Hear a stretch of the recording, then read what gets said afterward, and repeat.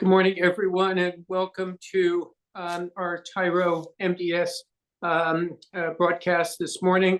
For all of those of you who were at the ATA meeting last week, I hope it was a great meeting. And for those who weren't, over the course of the coming months here, we will be highlighting some of what took place at that meeting, as well as bringing everyone up to date on what we anticipate to be a launch of the nodule and cancer guidelines from the ATA, which we will be working diligently to bring into the Tyro platform. But this morning, we are going to discuss a really interesting and, I must say, confusing topic for me. And so I'm thrilled that we've got an expert in Dr. Worden to be able to shed some light on this. But I'm pleased to introduce Dr. Jennifer Wang, who is this morning's presenter. She is an assistant professor and a surgeon scientist in the Department of Head and Neck Surgery at MD Anderson Cancer Center. After completing her residency in otolaryngology at the University of Toronto, she underwent advanced fellowship training in head and neck surgical oncology at MD Anderson, and then went on to get a PhD in genetic epidemiology at Johns Hopkins University. Dr. Wang heads up a translational research laboratory with a focus on understanding the evolution of thyroid cancers utilizing high throughput genomic and computational technologies. I am thrilled, as always, to introduce Dr. Frank Worden, who I informed this morning is rapidly approaching the highest number of frequent Tyro points. We haven't quite figured out what the prize is for that, but he has been incredibly generous with his time.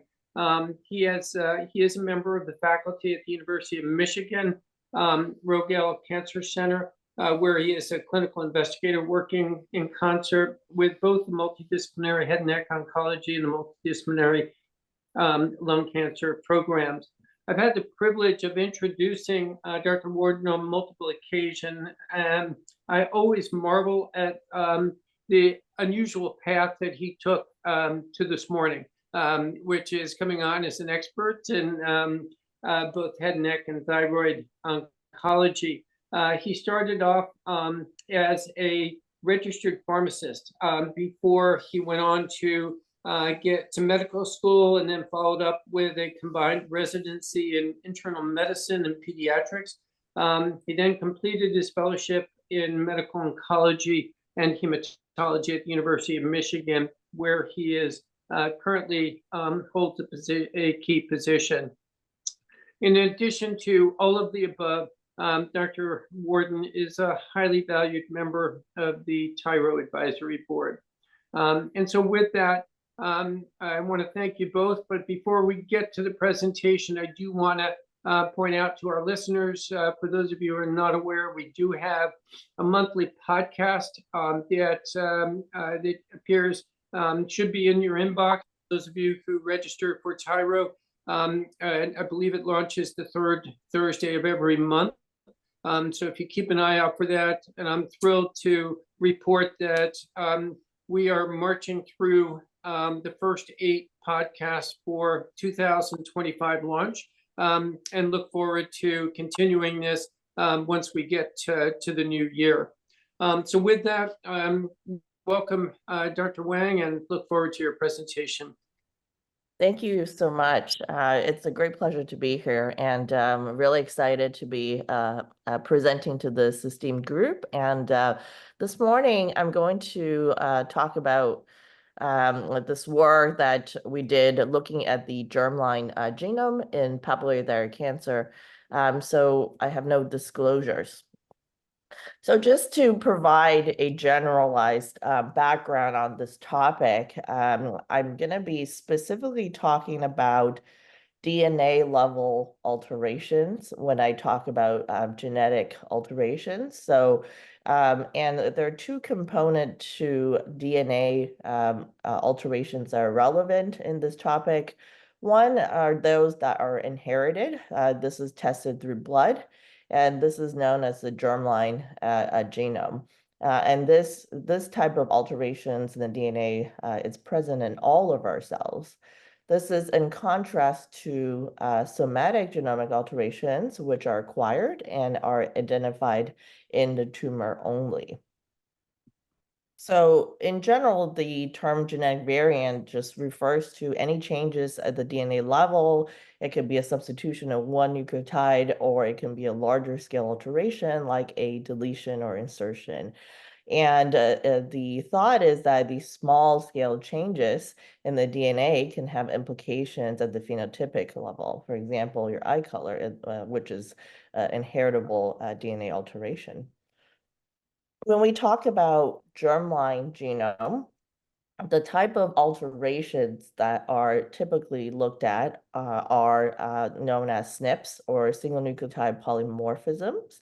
And these are essentially just one nucleotide differences in the DNA that occurs commonly across the population. And because these are really common, occurring at the rate of 500, 1 in every 500 nucleotide, there are a lot of these.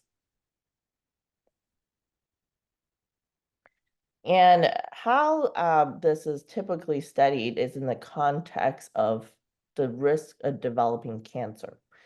And the most frequently used strategy for this was something called the genome-wide association studies. So we look at whether these germline polymorphisms, or SNPs, are associated with the development of cancer, in this case, PTC. How a GWAS works would be to compare cases, so patients with thyroid cancer versus controls, those that do not have thyroid cancer. And we ask the question of, are there certain SNPs or polymorphisms associated at a higher frequency in the cases compared to the controls? And this is typically done using a chip, a SNP array chip, where you have a genome-wide coverage of these SNPs across on this chip. And all the patients get blood samples and these get sequenced. There are other ways to look at SNPs as well. For example, using families, and as well as using candidate gene kind of specific known SNPs that are potentially really important. And an example of that would be for cystic fibrosis, for example. But most commonly, GWAS is the way that we identify the vast majority of common variants in the population associated with cancer risk. So the reason why, I delved deeper into papillary cancer in terms of the germline genome is that it turns out that it's just very interesting. And thyroid cancer is actually one of the most inheritable cancers. And when you look at the amount of heritability that could be attributed to SNPs across cancer types, thyroid cancer actually came out as the second most heritable, with testicular cancer being the most with the highest value. So to many of us that treat thyroid cancer, this isn't really surprising per se, because we see a lot of patients that have this family history, and it isn't necessarily first degree, but someone in their family would have had a similar type of history with either thyroid cancer or thyroid disease. And that's because, these are not necessarily highly penetrant genetic alterations like, germline mutations and MTC. These are attributed by other variants that occur more commonly, but can add up to increase your risk of developing papillary thyroid cancer. So this is a Manhattan plot. So the chromosomes are on the x-axis, and the y-axis is the p-values associated with these locuses that have been implicated in papillary cancer. So because we're testing for so many variants across the genome, the p-value threshold for significance is actually set really, really high. So adjusting for multiple comparisons. But essentially, there's been multiple loci identified across the genome that are associated with the risk of papillary cancer. The caveat with this is that vast majority of these studies have been performed in Caucasian patients and in European ancestry patients. But all of these 9 loci, there's been 4 that's been replicated in East Asians as well. So it remains to be seen whether all of these loci are truly causative across different ancestries, or if there are others that could be important. So there's been multiple GWAS studies that's been conducted over the years looking at thyroid cancer. Vast majority of the cases have been papillary thyroid cancers, although follicular thyroid cancers have been included in small numbers in some studies. They're essentially, when these GWAS studies were conducted, they were kind of histology agnostic, and also giving you a sneak preview of why I think this work is important, there was this assumption that all thyroid cancers are the same in terms of their risk profile. So basically all of the cases included, any kind of histologic subtype of PTC and follicular thyroid cancer, and a mutation status was not considered. That being said, through these multiple GWAS studies, the results have been quite robust, and they all kind of lead to similar findings in the same locations. And that there was even a meta-analysis done looking across these studies to summarize the effects that we're seeing across studies. And there's been 9 loci that have been implicated, with some loci having more than one SNP that's been implicated. And highlighted on the right is the odds ratios. And what I want to draw your attention to is that, as you go across the individual SNPs, the odds ratio on its own, they're moderate. If you have the risk allele in question, then an individual will have a 1.3, 1.4, up to 1.8 times higher risk of developing thyroid cancer, which, to give you a perspective across other cancers, this is actually really high. And what's really interesting is that thyroid cancer, in terms of the GWAS, the studies that found these risk loci actually had relatively, moderate sample size. The meta-analysis only had 3,000 cases versus other cancers, you would actually need a lot more cases and controls to identify the risk loci. So even though the individual SNPs have moderate loci, the point I want to make is that these are actually quite large for in terms of GWAS studies for cancer. And 2, as you can kind of imagine, that even though these individual SNPs have low-ish odds ratio on their own, if you add them up, potentially you could see a stronger effect. And that's the hypothesis underlying the polygenic score, is that when we add all these common variants and the risks associated with it, we would see a more predictive effect size. So before I jump into the paper that we're going to be talking about today, I want to spend a little bit of time also talking about the data set that we utilized in this study, which many of us here are familiar with. But just want to highlight a couple points. So the TCGA published a very nice paper in 2014 in Cell, which has been the definitive look at papillary thyroid cancer in terms of their somatic landscape. So now we're shifting gears to look at DNA level alterations that are happening at the level of the tumor cells only. So this is a fairly large effort that profiled 33 different tumor types, including 10 rare cancers. The caveat for thyroid cancer for the TCGA study is that they did exclude the aggressive variants as well as follicular thyroid cancer. And again, the somatic landscape of PTC is very interesting. And, this study recruited 507 patients, and, and the minimal age was 15 years at the diagnosis. Sorry, excuse me. So the clinical data was retrospectively collected, and they generated a wealth of genomic data in addition to tumor mutation data. So they perform germline genotyping in the blood using a SNP array. And they perform mRNA and other type of genomic alteration assessment, which are also relevant to this presentation.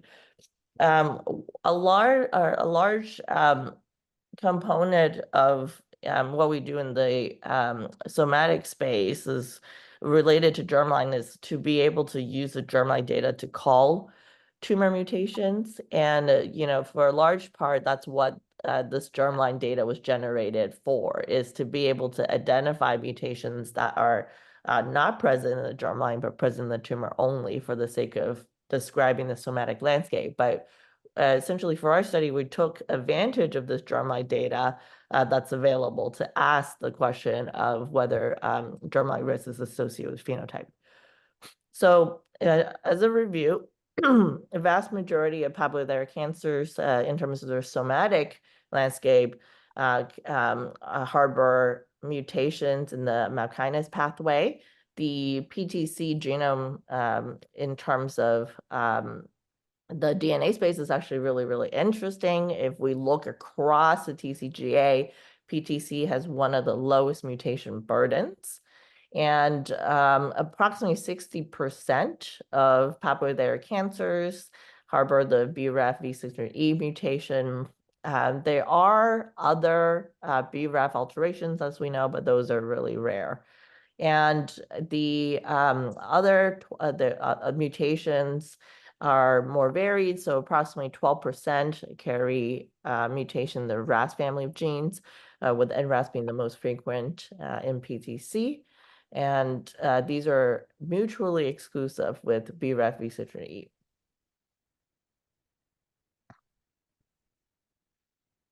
Now, we do know from the TCGA study that there are important phenotypic associations associated with these somatic driver mutations.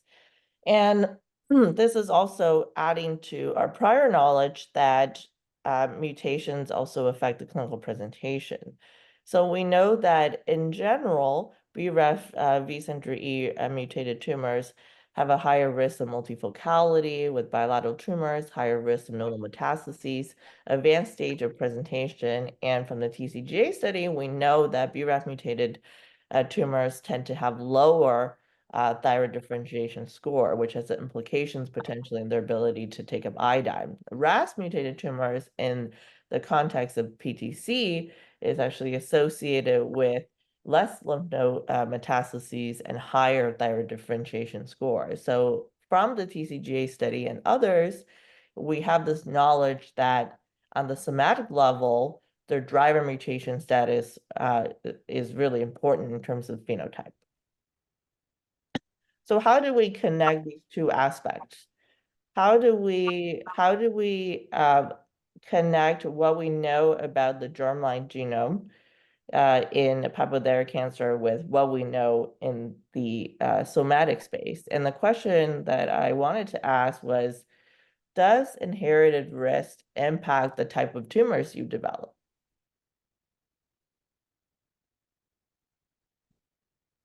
And the study objective that we had was to determine whether germline genetic risk, as estimated using a polygenic score developed based on previous GWAS hits, is associated with tumor molecular subtypes in papillary cancer. The hypothesis I had was that increasing germline genetic risk is associated with the development of a specific subtype of papillary cancer. So to summarize the polygenic score, there is, the main understanding is what goes into calculating the score. There are actually a variety of different ways to calculate a polygenic score, this being the most simple. And one of the most common ways that a polygenic score is calculated, but there are certainly other ways that are more fancy and account for potentially more other factors that can contribute. The reason why we chose to use this particular polygenic score is that it's been validated across a variety of independent cohorts for papillary cancer, 4 cohorts to be specific.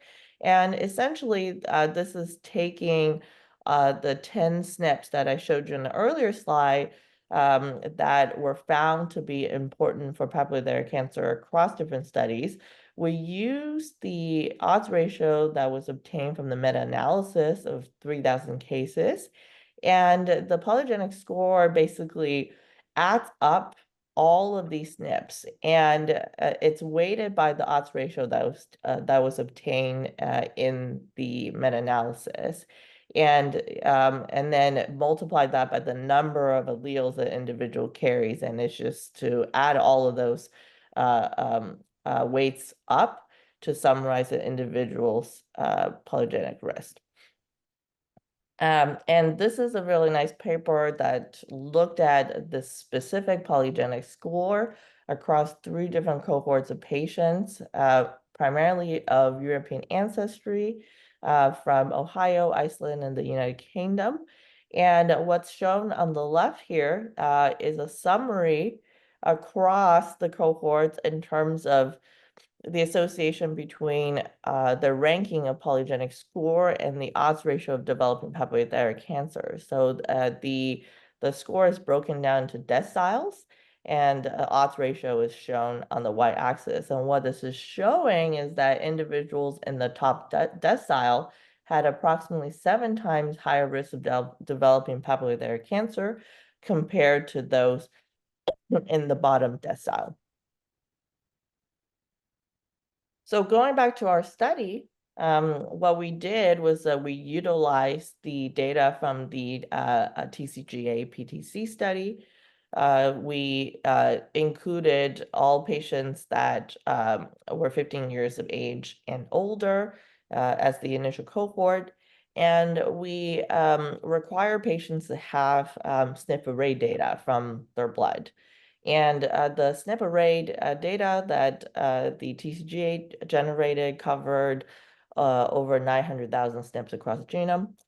And we also required patients to have mutations data from their tumor. So we started out with the full cohort of patients. And then we excluded about 74 patients without SNP data. We also excluded patients who failed quality control for the SNP array data, and also patients with missing information. So we ended up with 359 patients in our cohort. In terms of the exposure that we were interested in, which is polygenic score, we calculated that using a specific software, and we treated it as a continuous variable. We're also interested in the outcome, which for us was the tumor molecular subtype. The primary outcome of interest was the tumor driver mutation status, and we defined it as a categorical variable broken down to 3 categories. Either they're BRAF V-center-E mutated, or they have a mutually exclusive RAS mutation, or we put all the other ones into the other category. And these could include a variety of other drivers or those that were fusion-driven. And we also wanted to explore other molecular subtypes that were defined and available in the TCGA data, which were subtypes that they came up with by mRNA expression patterns, microRNA expression patterns, and DNA methylation patterns. I don't want to get too bogged down on this, but basically, because Germline data has a lot of data, and we have to make sure that the information we're analyzing is of high quality, so we don't get any false positives or false negative. So we have to exclude certain SNPs that we think have technical issues. And we also have to exclude certain patient data that we think the sample might have had some kind of technical issue. And as you can see here, the cutoff for this is set really, really high. So we're we are usually very stringent for these type of studies to make sure the data is correct. We do perform imputation to make sure that other SNPs are covered using the Michigan imputation server. And because germline SNP data is very much confounded by ancestry, because different ancestries can have different frequencies of their allele, it is really important in any of these studies to estimate their ancestry. And we did that using publicly available data sets as a reference in order to account for that in our analyses. We use basically a multinomial logistic regression model, and we performed multivariable analysis adjusting for all of the important clinical pathologic characteristics that were shown to previously correlate with tumor mutation status. And because vast majority of this data was available on BRAF mutated tumors, that's what we primarily utilized. So as an overview of the TCGA cohort, the median age of diagnosis was 46, with a wide range as shown here between 15 to 89. Vast majority of these patients were female, about 72%. And as you can see here, vast majority of these patients had European ancestry by self-report, but there will be some differences in terms of the ancestry that's self-report and estimated using their SNPs, which is, shown here. Not all that different, but, slightly higher of proportion of European ancestry estimated using SNPs. And, TCGA covered a variety of patients across the different TNM stages, but there is this higher proportion of patients in stage 1 with stage 1 disease. And in terms of the tumor driver mutation profile, after we excluded certain patients that didn't have available data or if they didn't meet quality control standards, you see that the BRAF V-center E proportion is slightly lower at 50%. The others category had about 40% patients, and RAS mutated patients is about 11%. This is just looking at the distribution of polygenic score across the TCGA study, which is as we expect. It's in a normal distribution, and that fits with what we know about polygenic scores.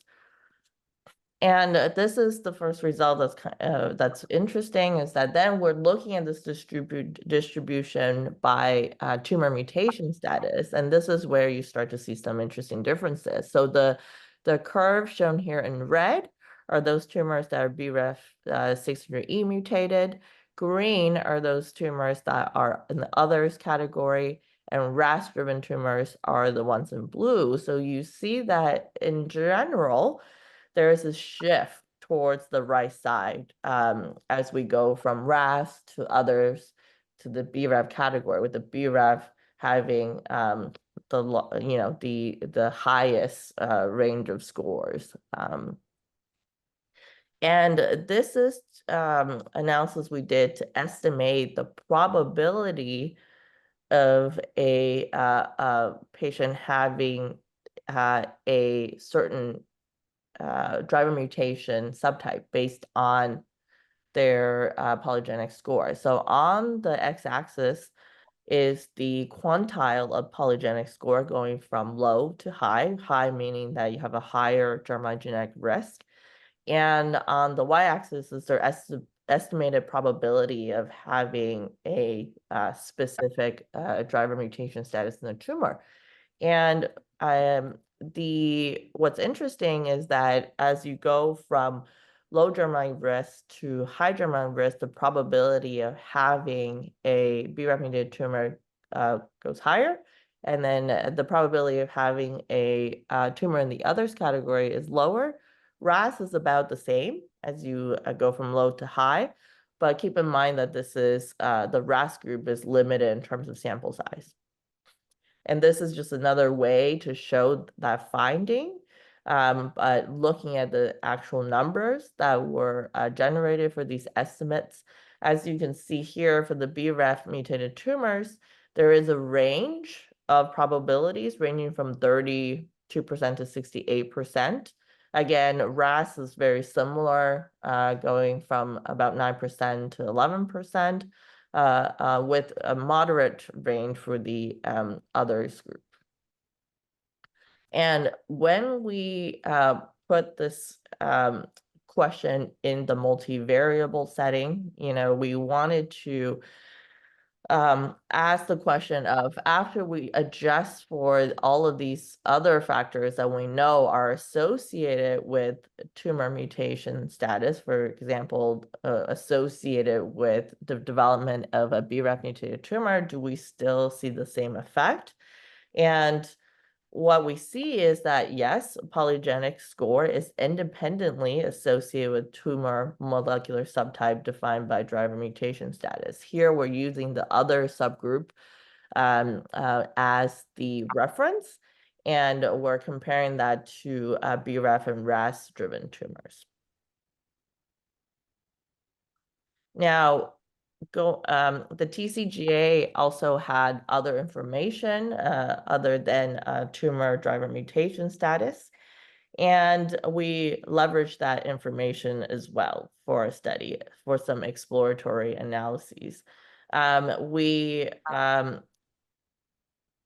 our analyses, we also looked at mRNA subtypes as well as microRNA subtypes and DNA methylation subtypes.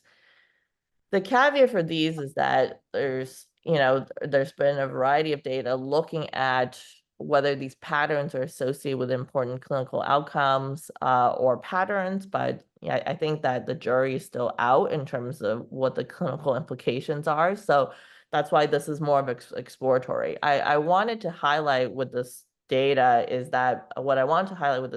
basically that a lot of the effects that we saw, which all of these different other molecular subtypes were also significantly associated with germline genetic risk as estimated by PGS. But when you adjust for the tumor mutation status, the effect is dampened. And what that means is that basically, I think all of these other subtypes are influenced and confounded by tumor driver mutation status, which, to me, this is the most important piece of the molecular subtype definition. And we also used the histologic subtype data that was available in the TCGA and looked at whether the polygenic score is associated with a specific histologic subtype. And that was not statistically significant after adjusting for all the other clinical pathologic information. So in conclusion, germline genetic risk appears to contribute to the somatic tumor landscape for papillary cancer, increasing germline genetic risk as estimated by a 10 SNP polygenic score is associated with a higher odds of having a BRAF V6 mutated papillary cancer. These GWAS derived polygenic scores seem to perform better for predicting the development of BRAF V6 mutated tumors in PTC. And there are a lot of thoughts that were generated from this work. One is that I think that the RAS piece of the story is still to be determined, and I would love to not only look at a bigger cohort of RAS-driven PTC, but also in follicular thyroid cancer as well. Even though we didn't find this change with RAS-driven tumors across the deciles of polygenic score, that doesn't mean that there isn't a particular association with that in terms of germline genetics. and this relates to the second point, is that I think, this assumption in these previous GWAS studies that all thyroid cancers, all papillary thyroid cancers are the same, needs to be revisited, because what I think probably happened is that because there's such a high prevalence of BRAF V600E mutated tumors, accounting for about 60%, these GWAS studies that were done to inform these type of analysis were probably enriched for these BRAF V600-driven tumors. And I would love to kind of find out exactly what was in these GWAS studies to really inform that question. And these findings are, in keeping with what's been coming out in other cancer types. The strongest work being in breast cancers, where the polygenic score for breast cancer is actually predictive of specific subtypes of breast cancer, and there's different polygenic scores are predictive of ER-positive disease, for example, as opposed to triple negative. And I think that's where this work is naturally going in the next phase, is that we need to think about developing a somatic mutation specific polygenic score for thyroid cancer, starting off with BRAF V600E. A big caveat with all kind of GWAS related work is that these studies were largely informed by patients with European ancestry, and we really need to look at this work ideally in a larger sample size of patients and those with a larger proportion of ancestrally diverse patient populations. So to conclude, I wanted to kind of think about how we could potentially use this information. And this is the kind of space that I would love to have some discussion, because this is a relatively underexplored area in our field. So I think how this work could potentially be relevant in the future after we've done more validation is that it could come into play at the initial phase where a thyroid nodule has been identified. So to me, as we think about potentially trying to prevent over-intervention in low-risk patients, the time to potentially intervene is before they even get a biopsy. So if a thyroid nodule was identified on ultrasound, and just take an example, for example, patients with TIRAS 3 or 4 on ultrasound, that could be a potential point where they can undergo germline testing. And the patients that have a low germline genetic risk, those could potentially be offered observation for their TIRAS 3 or 4 nodule. The caveat being that obviously there can't be any other high-risk features. And those that have a higher germline genetic risk for papillary thyroid cancer can then go on to have a biopsy. So that would be potentially one area that this could be applied to. And, I think that as we move downwards in terms of how other molecular testing can come into play, after a PTC has been diagnosed, I think there's a lot more we can also do in the prognostic space by looking at the somatic genome to help us determine whether we should treat a tumor more aggressively or conservatively. So I'd like to thank you for your attention. And this is all the people that have contributed to my scientific career so far. I did my PhD. I finished my PhD in the first couple of years of my faculty career at MD Anderson, and that was mentored by Dr. Debashiri Ray and Corey Joshu at Johns Hopkins, who really helped me think about this work and to present it the way I'm presenting today. And then on the right here are my lab members. Currently, we work on both germline genetics as well as somatic evolution in thyroid cancer. And I'll be happy to take any questions. Thank you. That was great. Thank you so much. So yeah, Jennifer, talked about this and these polygenic scores, and I went back and I read a few papers after reading her paper because I was really very interested in this and how these individuals with these, top decile scores have nearly a sevenfold increase in one study of papillary thyroid cancer compared to the bottom decile. Okay, next.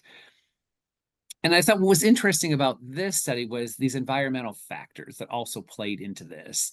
So that there was this, about fourfold increase in thyroid cancer, but also when they looked at different factors like drinking, for example. So in states of inflammation, so cell differentiation inflammation led to these higher scores, but influenced by things like again, alcohol consumption. So I was thinking, oh, more you drink, it's going to be worse. But actually, it was interesting. In their paper, they found that it was less because people who are heavy drinkers more likely to have suppressed TSH. And so their scores were actually, they weren't as much as a risk, even if they had a higher score, and things like seaweed intake with iodine diet, et cetera. So the other factors that can go into play in this, I think, are also something that are very interesting for us to contemplate. All right, next. And then this is the data, that, she presented regarding the germline risk. And obviously, being very important in papillary thyroid cancer, in particular, the BRAF mutations. All right, next. And why is this important? So I think we've had this slide up in various topics of conversation that, and Jennifer talked about this, how we know now that these genetic alterations are mutually exclusive. So when patients come in, you get one of these, right? And how up to 70% are BRAF mutant, especially in the papillary thyroid cancer. But there are others, RET and ALK. And then these other co-mutations, which are very important, to bring up. So TERT and PIK3, interesting, like there's some data from Anderson presented about PIK3 and BRAF and anaplastic thyroid cancers, how those don't respond as well to BRAF inhibition. And so this is important because we know when these other mutations are combined with BRAF, there's a very aggressive ability for the symporters to be shut down in the presence of these other mutations. So go ahead, move forward. So this kind of leads me to my question, Jennifer, to ask, and you maybe have alluded this a little bit, but how can we use this, to treat our patients? And you talked about looking at the nodules and this kind of thing, but do you think there'll be a way that we can look at these BRAF mutations and those that are combined with PIK3 or TERT promoters that we know are the most aggressive ones that we may think about, how we would maybe alter surgery, or even screening? Yeah, thank you for asking that. The first question is that I've been thinking about, how we could use this clinically, and we actually just published another paper looking at this exact question of whether polygenic score, the same polygenic score, is associated with survival outcomes. And the sneak preview to that is basically no. And it's really making an impact in terms of the presentation at diagnosis. So, not surprising based on what we know with BRAF mutations is that higher germline genetic scores associated multifocality and also nodal metastases. But when you ask the question of does it impact survival outcomes after we adjust for stage and all of that, the answer is no. So germline, I think what's happening is that the germline genetic risk influences what type of tumor you develop, and the effect in terms of the outcomes is really just driven by the type of tumor you develop. So I think that the question of how can we use genetic information, genomic information to help us treat patients on a more individualized basis probably still lies within the somatic genome, and that's kind of the next piece of the story we've been working on as well, which we're hopefully submitting very soon. Is that what's interesting is that there are, because the PTC genome is actually relatively simplistic, we can actually find pretty good predictors of outcome. And that's kind of what's coming out from my lab next. Oh, great. Well, I can't wait for the next journal club. Okay, go ahead, Sal. And so this, slide tells us now we have many different drugs to treat thyroid cancer than we ever had before, which is absolutely fantastic. So on the left, we had the first drugs that are multi-targeted kinase inhibitors, and particularly going after the VEGF receptor. And then the more targeted therapies as time has gone on. So salperketinib, pralsetinib for the RET-driven tumors or the fusions, and then the NTRK inhibitors as well. And then finally, an agnostic indication for BRAF C600E with dabrafenib and trametinib. All right, go ahead. And so we know here that what's interesting, this whole debate in the clinical world about people now who are refractory to iodine and they're progressing. We start them on lenvatinib because we know the response rates are 60%, and we want to shrink the tumor because of the symptoms. But there's others in a study done from Anderson and multi-center that looked at BRAF inhibitors, the MEK inhibitors, and the response rates were about half of what we saw in lenvatinib. And the side effect profiles of these combinations are different. I mean, some could argue that lenvatinib may be, more difficult for some patients as compared to people trying to tolerate some, fever and fatigue and some other side effects that kind of come with the combination of the directed inhibitors. So go ahead next. I guess my question here is, there's a study that went and found, like in the psychiatric world, where they looked at PGF scores and people who had taking lithium, and the higher these scores were, they were more likely to have these responses, to lithium versus these lower scores. Is there a way you think that maybe we could figure out which patients could be more responsive to like BRAF inhibitors, since we're talking about the BRAF B600E, because then we were more likely to say, wow, maybe you are a candidate for this combination of therapy versus using the multi-target inhibitors that perhaps have more side effects and are more difficult to take. Yeah, I think that's a great question. And thank you for bringing that up. I think, the germline genetic space, actually, like the first place where it really took off is in the pharmacogenomics, right? And, there are known variants that people carry that really impact the way we respond to drugs. And for example, opioids and other cancer drugs. So I think I would love to look at this in our space. I think having larger numbers would be wonderful. And I do have a prospective cohort study going since I joined Anderson, where we enroll all of our advanced thyroid cancers onto a protocol, and we collect blood. So I'm really excited to be able to ask this question in the future. And I think Jim Fagan at MSK is also looking at the germline blood as well, and he's finding some differences in terms of response to DT related to germline genetics. So I do think that this will be really, really interesting to look at. Yeah, that's great. Yeah, go next slide. Yeah, and I think that's really asking the same question, because it is, I think, like when I give combinations, and a lot of times, based on work that Jim Fagan talked about actually at a journal club not too long ago about, pan-HER inhibition in combination with BRAF inhibition, you get, better responses. And I've seen that in some patients who get these robust responses and others maybe not. So that's why I think it would be good for us to look at this. So I'll be excited to see what you come up with and others, and, tailoring treatment to make it most suitable for patients, so we can, work with the side effects, and knowing that we're getting the best chance for response will be, the most ideal. Okay, next. And I think this is kind of, you alluded to this at the end too, which, the question comes up about in breast cancer here, they have this Bodacia model about risk model prediction, and they include, PGS, and they included other factors, age and these other, issues that came up, and they, when they combine them all together, they can, predict this risk. And so it kind of comes up to the question is, my mother has this germline mutation. Does that mean that I ought to be getting germline testing? Because we talk about how we send patients who we know have medullary thyroid cancer and RET mutations that are germline for MEN, for example. Where do we stand with saying, like, look, if she has this mutation, should I be getting thyroid ultrasounds? Should I be what should I be doing? What should my family be doing? So go ahead, Sal. I think that's the next question that I was kind of bringing up here is where do we at with, I guess, telling our patients are the ethics with this?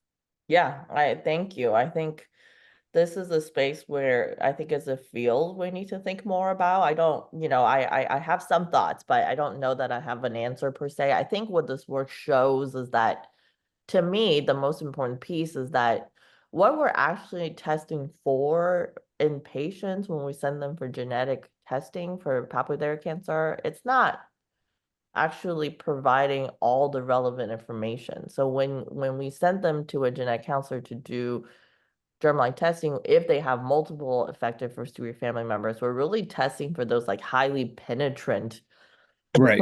germline mutations that are associated with syndromes. And a lot of times that's not what's happening in papillary cancer, right? It's kind of these like lower penetrance, common germline variants that are additively impacting their germline genetic risk. So I think that I think this would be important to test for in the future if we had something that we could do about it. Basically is what I think. And now we're not quite there yet. And I think that patients certainly want to know more, right? But I think that the ethical consideration here is that the knowledge has to have a action plan. And I don't think we're quite there yet in terms of how we action upon this knowledge. Yeah, I mean, it's Mhm. interesting too about that, the micronodules that we, people, I'm gonna say, freak out about that we deal Yeah, with exactly. thyroid cancer. It's like all of a sudden it's like gonna be, doing extra testing on people who really don't need to be, tested upon. But it's just Mhm. interesting when I think about the patients in the clinic, you talk about germline, explaining, well, this runs in the blood and you can identify it in cells. It's like, well, if she has it, then shouldn't I be tested? I mean, I can see that question, coming up. And so Yeah. that's why I think it's a good thing for us to consider or building some other kind of risk model to go along with this, perhaps to say, okay, well, maybe we do need to, be more mindful. But okay, Can I just interject for just one? sure, I'm done Yeah, actually. along those lines, yeah, but I can't pass the moment of seeing you awash in sunlight and how we always call upon you to shed light on some very difficult topics. So the symbolism of you struggling with sunlight is very, very it here. But I do want to just follow up on that and ask Jennifer if the current definition of a familial predisposition of having two or more first-degree family members seems so kind of barbaric and simplistic. What are we missing here, and is there a better way that we should be thinking about this topic of familial predisposition when we've got one first-degree family member and somebody comes in with a thyroid nodule? Is there a way for us to define this any better? Yeah, I do think that's where this type of germline genetic score can help us. I think the way we're defining it is very stringent by using those canonical, highly penetrant, syndromic associated germline mutations, because we also, I think, in terms of the field, what we do with screening for papillary cancer, we're trying to be very stringent, right? So I think that kind of fits with that. But as we get more nuance, if you were to use a common SNP derived kind of score as the tool to identify germline associated PTC, I think you're going to really identify a lot more patients that have a germline genetic risk. And in our upcoming paper, we actually show that family history as reported by patients and germline genetic score, actually, they don't align perfectly. You're capturing different subsets of patients with those information. And with the polygenic score, you're really picking up those patients who have, they have a cousin, or they have, an aunt or something that have this history of papillary cancer. It doesn't mean that those patients don't have a germline genetic reason for having papillary cancer. It's just not in that usual model, like autosomal dominant that we think about, for example, for MTC. So I think that the models that have been developed for breast cancer, for example, those are hopefully what will be in our future to make this a lot more sophisticated and predictive. That being said, those models for breast cancer are developed in thousands and tens and thousands of patients. And in many ways, as a relatively rare disease, we just don't have the sample size, but I think we can get there. And eventually we will have a more specific model to answer this question that I think would help. So I do think that where this could come into play would be avoiding overdiagnosis at the very beginning. If we could kind of, help develop a screening strategy using this information, that would be ideal. Yeah, I would agree with that. And then, like I alluded to earlier, the other environmental factors or things, it's just because people have these, the mutations, that it doesn't really get thyroid cancer, right? So there's a lot more, like in their breast cancer model to look at, as well as you get more patients. So yeah, that's interesting. Yeah. Thank you very much. So just the cost of running a PTS, if we're going to put that in our workup algorithm, and use that as a way for us to help to reduce overdiagnosis. What is the current cost? It's cheap. And the reason why we went with this is that, for example, if we're going to move forward with this model, which is this is a very simple 10 SNP, you just have to cover the 10 SNPs, and you can do that nowadays for probably like $100. It's very cheap nowadays. Oh, it's cheap. So, and the other piece I want to point out is that, all of those fancy, sophisticated somatic panels that we're doing nowadays, they also test for the germline. So in principle, Right. if you're interested in these kind of questions as a field, and we have the protocols in place, we can look at this kind of question using already available data. Yeah, that's interesting. And so the turnaround time is then pretty quick too, just like we do with those other sequencing study or platforms, right? Yeah, I mean, I guess it would be right now, like our RET Invitae takes like 3 to 4 weeks, so I guess it would probably be around that time frame, but hopefully faster, right? Yeah, hopefully faster. That's what I was hoping for too. Because, like how the workflow could be would be a patient has an ultrasound, you find nodules, they get germline genetic testing, you decide whether or not that TYRAS3 needs a biopsy. That could be how this could work. Yeah. Interesting. Interesting. Yeah. Yeah. Well, we are up against the 9 o'clock hour here. I want to thank you both for joining us, and thank all of our listeners as well. Jennifer, we hope we can call upon you again to come back, and certainly Frank, as always, thank you for your efforts and putting the discussion here. So thank you both. You're welcome. Take care. Thank you. It's a pleasure to be here. Bye. Bye-bye now.